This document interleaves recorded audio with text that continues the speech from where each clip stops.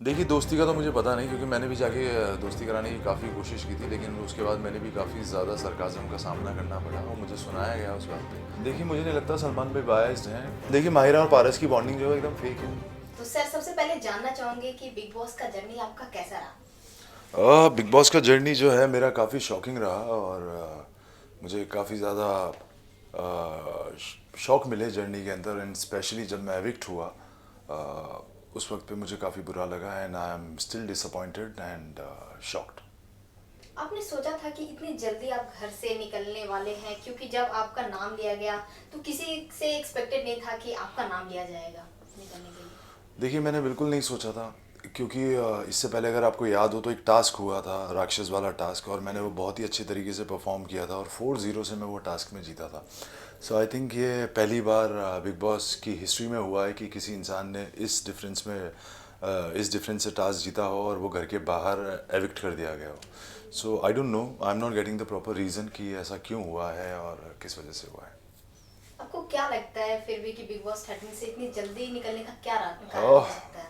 मुझे एक्चुअली वो चीज़ समझ में नहीं आ रही है कि इतनी जल्दी कैसे एविक्ट किया जा सकता है। चलो चलिए ठीक है, अगर परफॉर्मेंस नहीं हो रही है, अगर मैं परफॉर्म नहीं कर पा रहा हूँ और एविक्ट होते हैं, सो आई थिंक वो फेयर डिसीजन होता। लेकिन जो मैंने किया, मैंने जिस तरीके से टास्क परफॉर्म किए, जो भी टास्क परफॉर्म किए, मुझे नहीं लगता कि ये इतनी जल्दी ये होना चाहिए था। आप बिग बॉस के घर में जाने से पहले कितना फॉलो किए थे बिग बॉस 13 को। देखिए, बिग बॉस के हम लोग शुरू से फ़ैन रहे हैं और बिग बॉस देखते ही हैं लोग, और बिग बॉस क्योंकि इंडिया का नहीं बल्कि एशिया का नंबर वन रियलिटी शो है। So I am a huge fan of Bigg Boss और मुझे लगता है कि इस तरीके का एविक्शन बिग बॉस में पहली बार हुआ है। ओके। आपका जिस तरह से रश्मि के साथ बॉन्डिंग है, कभी उनके साथ आप मस्ती करते नजर आते थे, फिर कभी लड़ाई झगड़े भी नजर आते थे, सो थोड़ा उसके बारे में जानना चाहूंगी।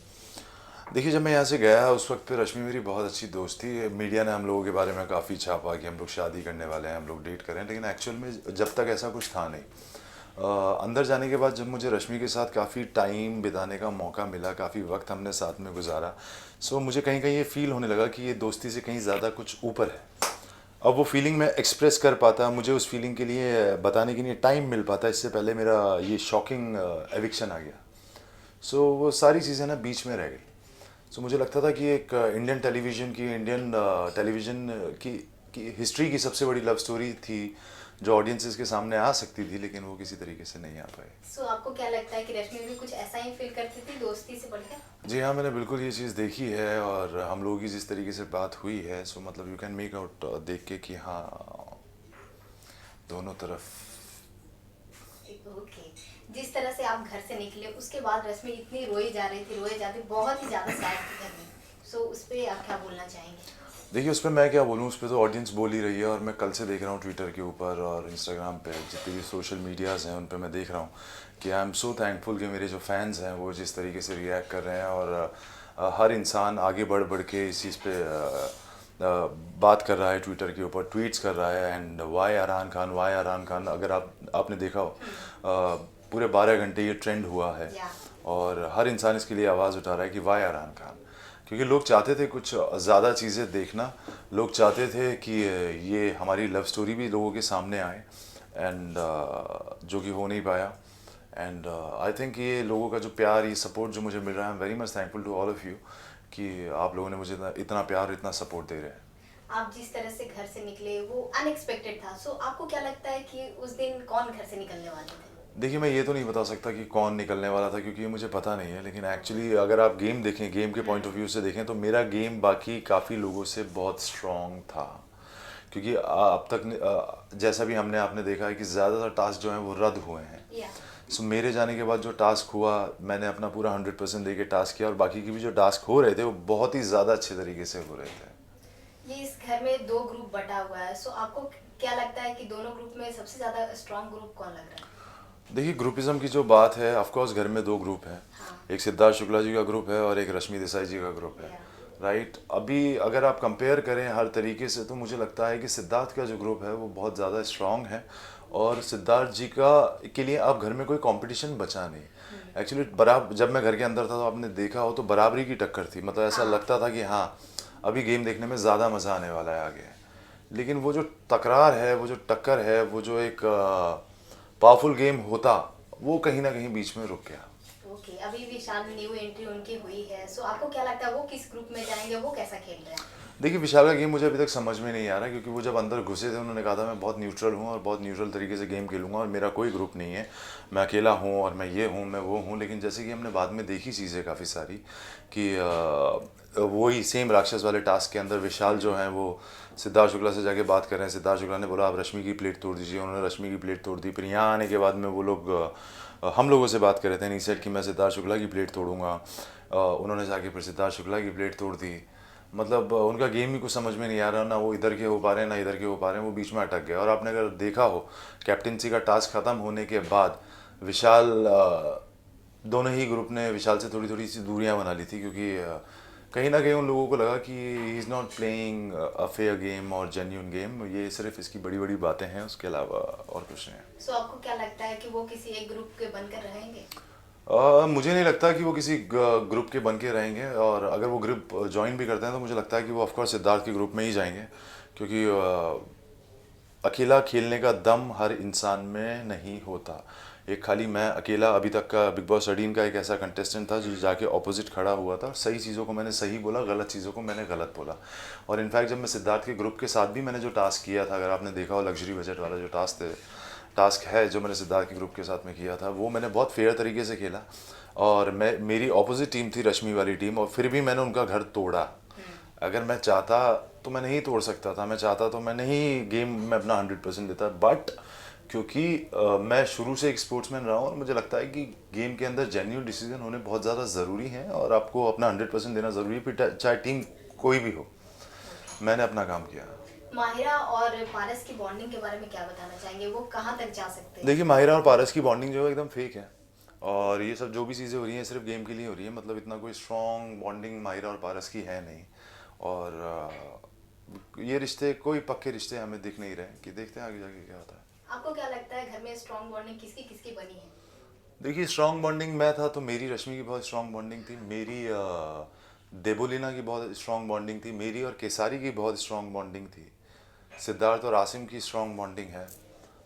इसके अलावा मुझे घर में और कोई बॉन्डिंग दिखती नहीं है। देवलीना और रश्मि की बॉन्डिंग स्ट्रॉन्ग मानी जाती है, जी। आपको क्या लगता है कि देवलीना कभी रश्मि को धोखा दे सकती है? देखिए गेम है और गेम में कौन किसको धोखा दे दे ये आप नहीं जज कर सकते, लेकिन मैं सिर्फ इतना कह सकता हूँ कि अगर मैं गेम में होता तो मैं कभी ज़िंदगी में धोखा रश्मि को तो नहीं दे सकता था। मतलब मैं तो हमेशा साथ में ही खड़ा होता। आपको क्या लगता है घर में सबसे अच्छा कौन खेल रहा है? मेरे हिसाब से घर के अंदर जो अच्छा खेल रहे हैं उसमें एक रश्मि बहुत अच्छा गेम बहुत अच्छे तरीके से खेल रही है, जैसी वो है उसी तरीके से वो शी इज़ बीइंग रियल, वो अच्छा खेल रहे हैं। आई थिंक सिद्धार्थ अच्छा गेम खेल रहा है, और अभी तक तो मुझे ये दो नाम ही दिखते हैं जो लोग जेन्युइनली फेयर गेम खेल रहे हैं, अच्छा गेम खेल रहे हैं। सॉरी। सो आपको लगता है कि रश्मि और सिद्धार्थ की दोस्ती हो पाएगी इस घर में? देखिए दोस्ती का तो मुझे पता नहीं, क्योंकि मैंने भी जाके दोस्ती कराने की काफ़ी कोशिश की थी, लेकिन उसके बाद मैंने भी काफ़ी ज़्यादा सरकाज़म का सामना करना पड़ा और मुझे सुनाया गया उस बात पे कि अरे ये तो दोस्ती कराने आया था, तू दोस्ती कराने आया था ना हमारी, तू ये करने वाला था ना, तू ये है तू वो हो। सो खैर मुझे लगता है कि एक रिश्ता ऐसा है जिसमें दोस्ती कभी नहीं हो सकती। आपको घर में सबसे बिग कौन नजर आ रहा है? सबसे सबसे बिग वीक या घर के अंदर मुझे सबसे वीक जो है वो काफ़ी लोग हैं। हिमांशी है, केसारी लाल जी हैं, मायरा है, पारस है। इनफैक्ट अभी अगर आप देखें उसका गेम 2-3 हफ्तों से उसका कोई गेम ही नहीं चल रहा। पारस है, और मतलब ये बेसिकली ये 3-4 नाम तो ऐसे हैं जो बहुत ज़्यादा बॉटम में हैं। जिस तरह से आपका और सिद्धार्थ का झगड़ा होता था या फिर तो कभी ऑन ऑफ कैमरा जो हम लोग नहीं देख पाए, दोस्ती भी हुई थी क्या? देखिए दोस्ती तो ये थी कि जब झगड़ा हुआ था उसके बाद में मैं मेरी तरफ से चीज़ें ख़त्म हो गई थी और मैंने कहा था कि यार झगड़े हैं इस घर में होते रहेंगे, लेकिन आई थिंक उनकी तरफ से चीज़ें ख़त्म नहीं हुई थी। और उस चीज़ का मैं आपको बता देता हूँ, एग्जांपल दे देता हूँ कि क्यों मुझे ऐसा लगता है। क्योंकि पहले दिन, दूसरे तीसरे दिन जब हमारा झगड़ा हुआ था उसके बाद में चीज़ें नॉर्मल होने लगी थी, बट हमारे जब भी कोई टास्क आते थे, जब भी कोई एविक्शन आता था, जब भी कोई चीज़ आती थी नॉमिनेट करने का, जब भी कुछ आता था तो वो लोग मुझे पहले दिन जो हमारा झगड़ा हुआ था वही सेम बातें पूरे 15-20 दिन रिपीट होती थी। और आप लोगों ने अगर मुझे कहते हुए सुना हो, मैंने ये बात कही भी थी कि यार ये पहले दिन की दूसरे दिन की बात है, इस बात को छोड़ दो, हम इससे आगे निकलते हैं और आगे कुछ नई बातें होंगी, नई बातें होती हैं, उनको लेके हम लोग दोस्ती या दुश्मनी करते हैं। पारस का गेम आपको कैसा लग रहा है, जिस तरह से वो सबको बोलते हैं कि हाँ आपका सपोर्ट करेंगे, बट वो धोखा दे देते हैं एंड टाइम पे? देखिए जितना मैं पारस को जानता हूँ, पारस की फितरत के अंदर लॉयल्टी नहीं है। मैं पारस को बहुत अच्छी तरीके से जानता हूँ। पारस लॉयल नहीं है, लॉयल इंसान नहीं है। वो सामने क्या बात करता है, पीछे क्या बात करता है, मतलब एक पारस छाबड़ा वो इंसान नहीं है जिस पे आप भरोसा कर सको। You can trust him. आप घर से निकल गए हैं, सो सबसे ज्यादा आपको कौन मिस करने वाली है?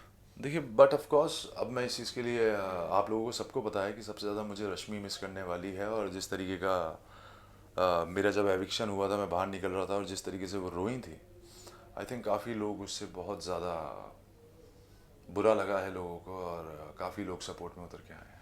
ओके, बहुत लोगों का ये मानना है कि सलमान खान बायस्ड हो रहे हैं एज अ होस्ट, आपका क्या मानना देखिए मुझे नहीं लगता सलमान भाई बायस्ड हैं, क्योंकि वो एक होस्ट हैं, उनका काम है, उनसे जो कहा जाता है वो करते हैं। और इतने बड़े सुपरस्टार होने के बाद में बायस होना, आई डोंट थिंक सो कि हम ये सोच भी सकते हैं कि वो इंसान बायस हो सकता है। ओके, आपके हिसाब से टॉप 3 कंटेस्टेंट फाइनलिस्ट कौन लगता है? मेरे हिसाब से टॉप 3 कंटेस्टेंट जो मुझे लगते हैं, उनमें से पहला नाम है Siddharth Shukla, Rashmi, and I think Debolina. Okay, आपके हिसाब से कौन जीतने ही चाहिए? और अगर मैं जाता हूँ फिर से तो ऑफ कोर्स मैं खड़ा हूँ टॉप 3 के अंदर। ओके, आपके हिसाब से आपके फ्रेंड कौन जीतने चाहिए घर में से? ऑफ कोर्स मुझे रश्मि जीतनी चाहिए, और ये मैं सबसे बोल रहा हूँ, और पहले दिन से यही बोल रहा हूँ कि मैं चाहता हूँ कि रश्मि इस गेम को अच्छे तरीके से खेलें और जीत के ट्रॉफी लेके आएँ। जैसा कि आपने स्टार्टिंग में बोला कि आप बिग बॉस को बहुत पहले से फॉलो कर रहे हैं, सो सबसे फेवरेट सीजन आपको कौन सा लगा? बिग बॉस में मेरा काफ़ी फेवरेट सीज़न रहे हैं। मेरा इनफैक्ट प्रिंस वाला सीज़न जो था जिसमें जीता था, वो मेरा अच्छा सीज़न था, क्योंकि मैंने पूरा सीज़न देखा था। एंड सेकेंडली शिल्पा दी जो सीज़न जीती हैं, मुझे लगता है वो काफ़ी इंटरेस्टिंग सीज़न था, जिसमें हिना खान और शिल्पा जी, विकास, ये लोग थे। सो आई थिंक इन लोगों ने, तीनों लोगों ने बहुत अच्छी तरीके से गेम खेला था, और वो सीज़न काफ़ी पसंद आया था मुझे। ओके, अगर दोबारा चांस मिले आपको बिग बॉस घर में जाने के लिए, आप जाना चाहेंगे? जी हाँ, मैं बिल्कुल ऑफ कोर्स जाना चाहूँगा, क्योंकि मेरी एक सबसे बड़ी चीज़ छूट गई है। क्योंकि आज तक मुझे लगता है मैंने जो कहा है वो मैंने किया है।